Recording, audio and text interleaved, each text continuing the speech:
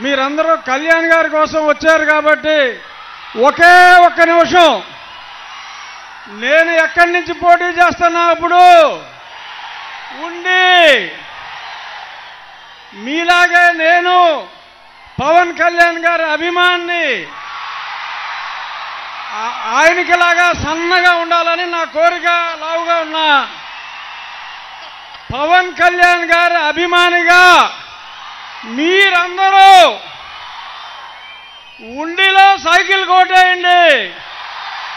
ఆయన ఎలాగో చెప్తారు, కానీ నేను మీకు అడ్వాన్స్గా ఉండిలో, ఇక్కడ ఉండోళ్ళు చాలామంది ఉంటారు, ఉండిలో సైకిల్ కేయండి.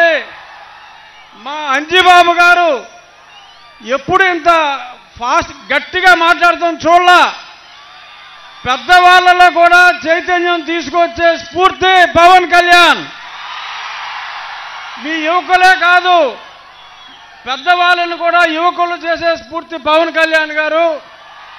ఆయన ఎవరిని బలపరిస్తే వాళ్ళకి ఓట్లేయండి, ఆయన ఎవరిని నిలబెడితే వాళ్ళకి ఓట్లేయండి అని మరొక్కసారి తెలియజేసుకుంటూ, జై పవన్ కళ్యాణ్ మీ అందరి తరఫున, జై తెలుగుదేశం, జై BJP. Thank you, thank you, thank you. అందరికీ నమస్కారం. సరే, ఇప్పుడు మన ప్రియతమ నాయకులు జనసేన అధినేత పవన్ కళ్యాణ్ గారు వారి సందేశం ఇవ్వాల్సిందిగా కోరుతున్నాం.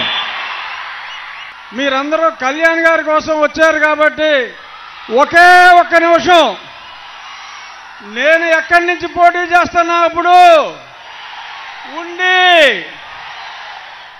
మీలాగే నేను పవన్ కళ్యాణ్ గారి అభిమాన్ని, ఆయనకిలాగా సన్నగా ఉండాలని నా కోరిక, లావుగా ఉన్నా పవన్ కళ్యాణ్ గారి అభిమానిగా మీరందరూ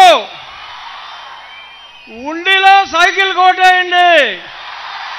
ఆయన ఎలాగో చెప్తారు, కానీ నేను మీకు అడ్వాన్స్గా ఉండిలో, ఇక్కడ ఉండోళ్ళు చాలామంది ఉంటారు, ఉండిలో సైకిల్ కేయండి.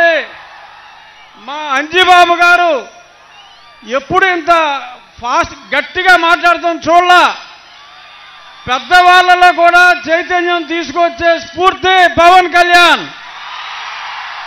మీ యువకులే కాదు, పెద్దవాళ్ళని కూడా యువకులు చేసే స్ఫూర్తి పవన్ కళ్యాణ్ గారు. ఆయన ఎవరిని బలపరిస్తే వాళ్ళకి ఓట్లేయండి, ఆయన ఎవరిని నిలబెడితే వాళ్ళకి ఓట్లేయండి అని మరొక్కసారి తెలియజేసుకుంటూ, జై పవన్ కళ్యాణ్ మీ అందరి తరఫున,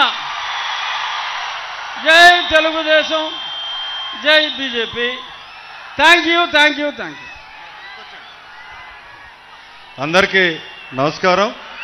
సరే, ఇప్పుడు మన ప్రియతమ నాయకులు జనసేన అధినేత పవన్ కళ్యాణ్ గారు వారి సందేశం ఇవ్వాల్సిందిగా కోరుతున్నాం.